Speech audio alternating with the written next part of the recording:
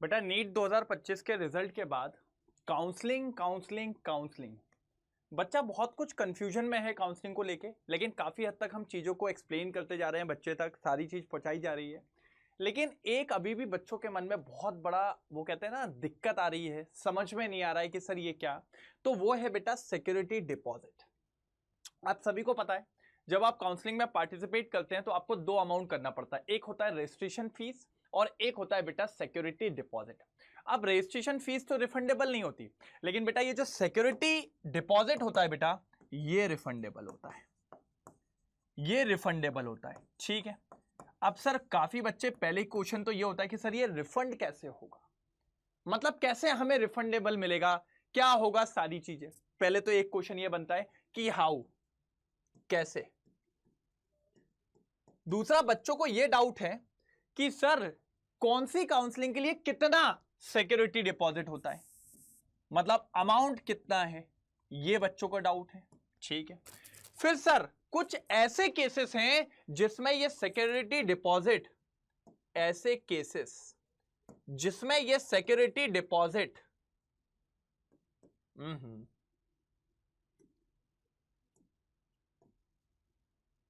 जिसपे ये security deposit आपको रिफंडेबल नहीं है, रिफंडेबल नहीं है। तो अब सर आज इस वीडियो में अपन इसी सारे क्वेश्चंस पे बात करने वाले हैं कि किस केसेस में कितना अमाउंट होता है, कैसे रिफंड होता है और कौन से वो केसेस हैं जिस पे रिफंडेबल नहीं होता है। पहली बात तो बेटा सबसे इंपॉर्टेंट, सिक्योरिटी डिपॉजिट जो होता है बेटा वो तीनों काउंसलिंग के लिए होता है। तीनों काउंसलिंग मतलब एमसीसी आपकी ऑल इंडिया कोटा वाली, स्टेट काउंसलिंग स्टेट कोटा वाली और तीसरी आयुष, तीनों के लिए आपके लिए आपकी सिक्योरिटी डिपॉजिट होता है बेटा, ये है ना। अब बात ये होता है कि आयुष और स्टेट कोटास में ये वेरी करता है, स्टेट टू स्टेट फर्क पड़ता है। लेकिन अगर मैं एमसीसी की बात करूं, मैं बात करूं आपसे ऑल इंडिया कोटा पे ये वाली एमसीसी की काउंसलिंग में, तो बेटा इसमें दो चीजें होती है। एक तो आपकी काउंसलिंग होती है बेटा किसके लिए, गवर्नमेंट मेडिकल कॉलेज जो 15% वाला होता है, और दूसरा होता है 100% डीम्ड यूनिवर्सिटी वाला, है ना बेटा। यही दो केसेस होते हैं, एक होता है आपके पास जीएमसी गवर्नमेंट मेडिकल कॉलेज और एक होता है आपके पास बेटा क्या, डीम्ड यूनिवर्सिटी। ठीक है बेटा। अब जब आप बात करते हो गवर्नमेंट मेडिकल कॉलेज की, तो इसके लिए जो सिक्योरिटी डिपॉजिट होता है बेटा वो होता है 10,000 रुपीज। कितना होता है बेटा, 10,000 रुपीज आपका सिक्योरिटी डिपॉजिट होता है। ठीक है सर। अब जो डीम्ड यूनिवर्सिटीज है, डीम्ड यूनिवर्सिटीज के लिए जो डिपॉजिट होता है बेटा वो होता है 2 लाख रुपीज। क्या होता है बेटा, 2 लाख रुपए। अगर कोई डीम्ड यूनिवर्सिटीज की काउंसलिंग कर रहा है तो उसको 2 लाख रुपए डिपॉजिट करना पड़ेगा, और कोई अगर जीएमसी की काउंसलिंग कर रहा है गवर्नमेंट मेडिकल कॉलेज आपके एमसीसी से, तो उसको 10,000 रुपए करना पड़ेगा।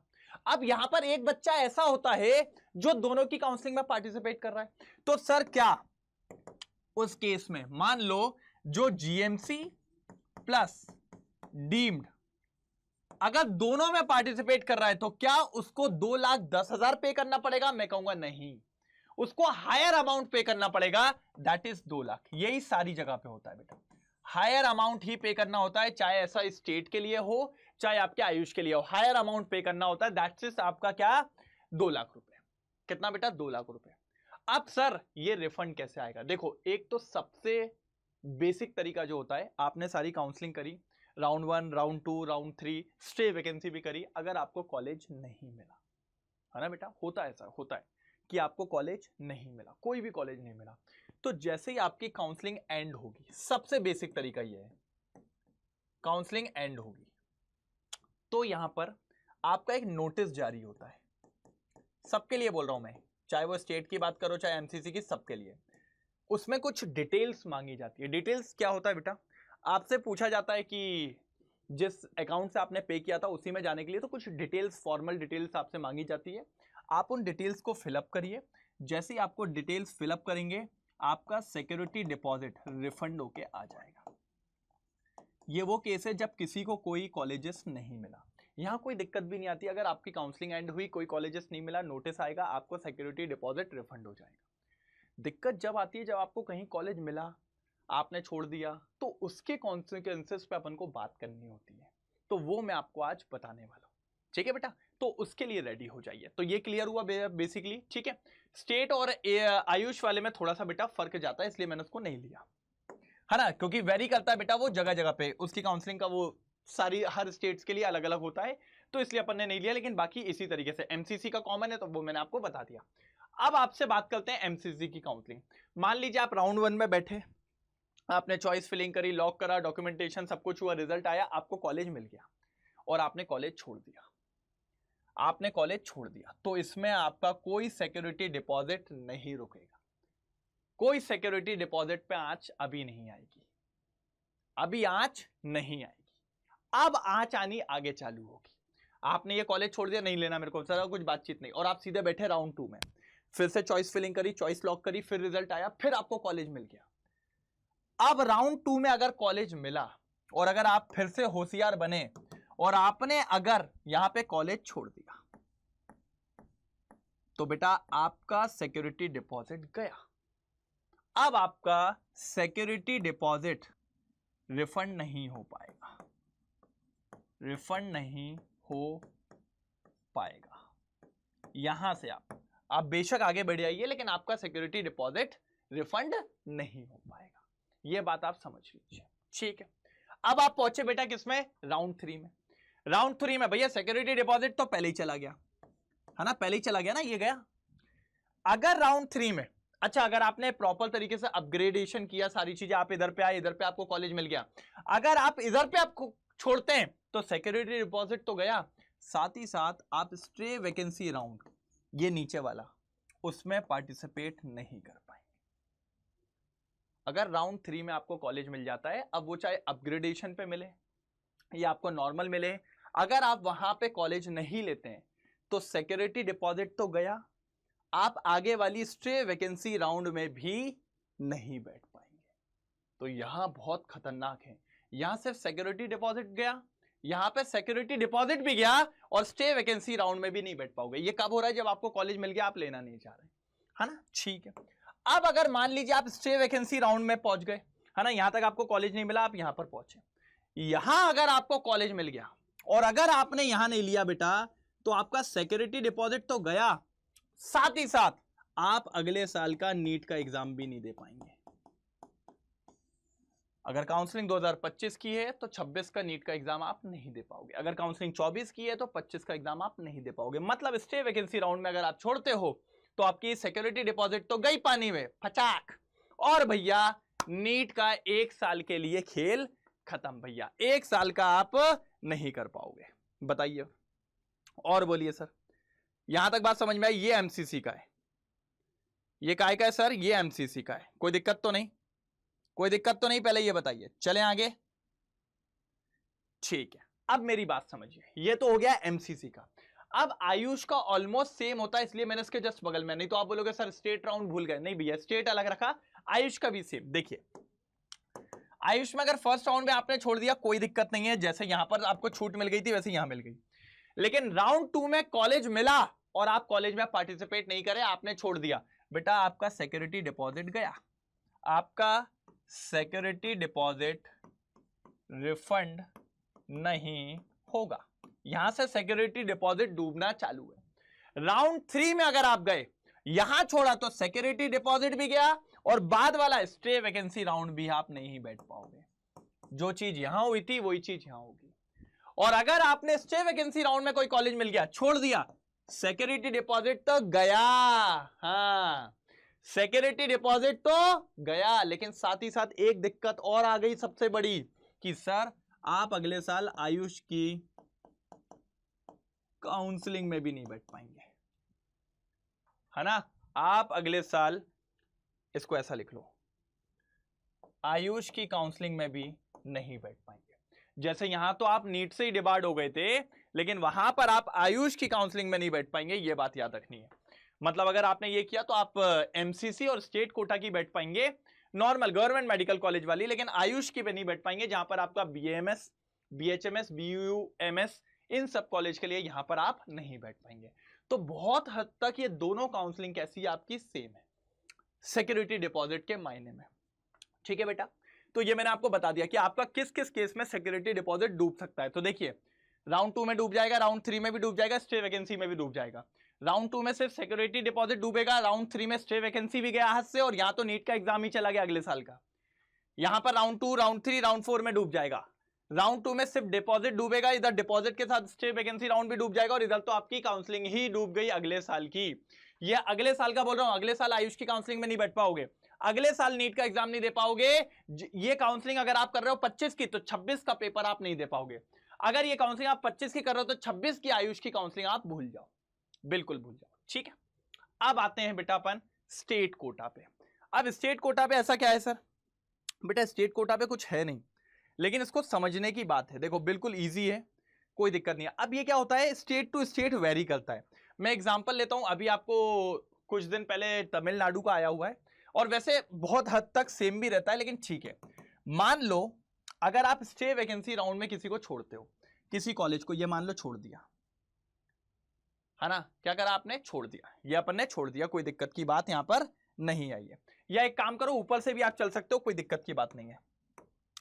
राउंड 1 में छोड़ते हो, कोई दिक्कत की बात नहीं है। राउंड 1 में छोड़ते हो, कोई दिक्कत की बात नहीं है। लेकिन राउंड 2 में मान लो आपको कॉलेज मिला, है ना, क्या मिला? कॉलेज मिला आपको, कॉलेज मिल गया, लेकिन आपने अपग्रेडेशन में डाला। अपग्रेडेशन में डालते से ही आपको राउंड 3 में कॉलेज भी मिल गया, लेकिन आपने प्रॉपर टाइम पे रिजाइन नहीं किया। प्रॉपर टाइम पे आपने रिजाइन नहीं किया। अगर आपने प्रॉपर टाइम पे रिजाइन नहीं किया तो फिर राउंड 3 वाला कॉलेज आपको नहीं मिलेगा, आपको राउंड 2 वाला कॉलेज मिलेगा। इस पे अपन पहले भी बात कर चुके हैं।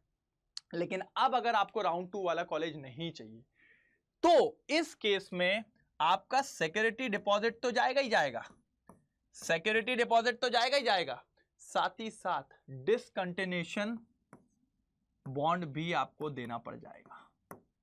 डिसकंटिन्यूएशन बॉन्ड भी आपको देना पड़ जाएगा। अगर आप इधर ये कॉलेज छोड़ते हो तो आपको यहां पर डिसकंटिन्यूअस बॉन्ड भी देना पड़ जाएगा, ये बात याद रखना। राउंड 2 का एक और बार सुनो। राउंड 1 का कोई दिक्कत नहीं, राउंड 2 में लेट सपोज आपको कॉलेज मिला, आपने अपग्रेडेशन में डाला। अपग्रेडेशन में डाला तो भैया बात ये हुई, आपको राउंड 3 में मिल गया, लेकिन आप यहां प्रॉपर रिजाइन नहीं कर पाए। और अगर प्रॉपर रिजाइन नहीं कर पाए तो आपको फिर क्या होगा? राउंड 2 का ही कॉलेज लेना पड़ेगा। लेकिन अगर आपने लेने से मना किया तो सिक्योरिटी डिपॉजिट तो गया, आपको डिसकंटिन्यूअस बॉन्ड, डिसकंटिन्यूअस अमाउंट भी देना पड़ सकता है। कई कई स्टेट में डिसकंटिन्यूअस के साथ ट्यूशन फीस भी देना पड़ता है। तो फिर बच्चा क्या करता है? चुपचाप पढ़ाई करने पड़ जाता है।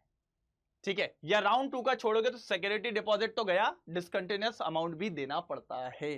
ये यहां पर दिक्कतें हैं थोड़ी सी।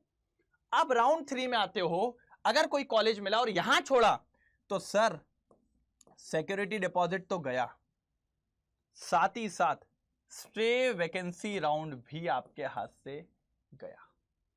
बात समझ रहे? जैसे स्टे वैकेंसी राउंड में आए, अगर यहां कॉलेज छोड़ा तो आपका सिक्योरिटी अमाउंट तो गया, साथ ही साथ अगर मान लो मैं तमिलनाडु की बात कर रहा था तो तमिलनाडु की आप अगले साल स्टेट कोटा की वैकेंसी से बाहर हो जाओगे। आप बकायदा पेपर दे पाओगे, एमसीसी की काउंसलिंग कर पाओगे, आयुष की कर पाओगे, लेकिन स्टेट कोटा की गई, तमिलनाडु की काउंसलिंग गई। ऐसे कई स्टेट्स में है सर, ऐसे कई स्टेट में है जो मैं ये बात बता रहा हूं, कई स्टेट्स में ये सारी चीजें हैं, आपको पता होनी चाहिए।